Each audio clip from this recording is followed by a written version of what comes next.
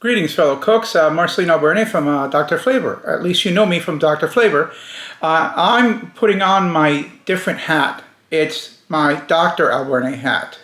And that is because I want to talk to you about something that's very important to me, very important to my daughter, and that is gluten sensitivity and gluten intolerance.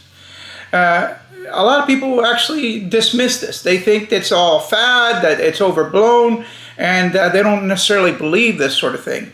But in fact, it's true. It goes back many years ago when the concept of celiac disease was first documented. And it was basically, it's a condition where the small bowel cannot tolerate and handle gluten.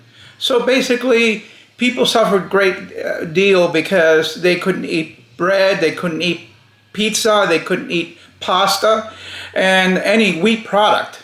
So they had a tough time. But in fact, over the years, they found out that there were a lot of similarities to some of the symptoms that people were having with their bowels.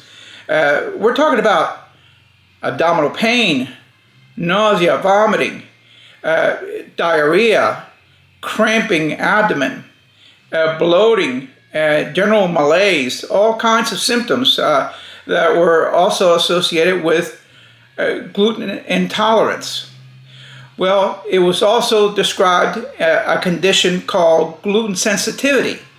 And gluten sensitivity is a condition that is also associated with irritable bowel syndrome, inflammatory bowel disease such as colitis, Crohn's disease, ulcerative colitis. So a lot of different conditions. But wait, there's more.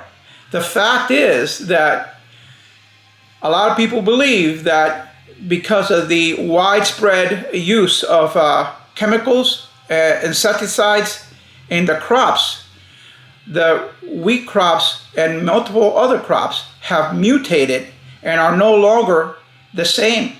So a lot of people have developed what is called gluten sensitivity, where they just feel bad. Well, this story comes back to me, of course, because my daughter, when she went to college, she started eating pizza. She started eating pasta and burgers and all kinds of things that college kids eat. And this stuff that we didn't necessarily eat so much in my house. And what happens is, she started calling me, "Dad, I feel horrible. My stomach is killing me.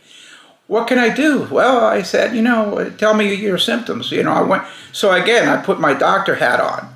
Have you had any vomiting? Have you had any blood in your stool? Any fever or chills? Have you eaten anything unusual? A lot of raw vegetables, not cooked? Any type of funky stuff like that? And she said, no, nothing like that. So just she described what she was eating. Well, it made me think back to my father. See, my father was a doctor as well. And in those days, gluten sensitivity, gluten intolerance, it was celiac disease. So my father knew that he didn't have celiac disease, but after eating certain foods that he enjoyed, he could really have a lot of problems with his bowels. So thinking about that, I said, Monica, let's try this out.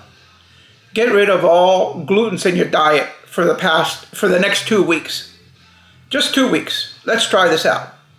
So my daughter went on the computer, did her little research, calls me back, "Dad, you're killing me. I can't eat anything." I said, "Monica, believe me, there's a lot of substitutes available. Just try it 2 weeks and we'll see." So she calls me back a week later and says, "Dad, an incredible difference. I feel great. It was all the glutens."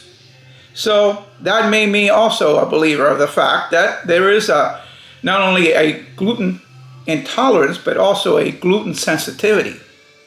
So obviously, as a responsible physician, I want to make sure that you understand that you can't always attribute everything to glutens. If you have problems with your bowels, you have to discuss it with your doctor. And especially if you're over 40 years of age, where you have to exclude the possibility of cancer. So, warning signs, obviously, abdominal pain, bloody stools, fever, chills, weight loss, all these issues, family history of colon cancer, etc. So I want to make sure that you are understanding that possibilities. This is Marceline Albuerne, Dr. Marceline Albuerne from Dr. Flavor, signing off.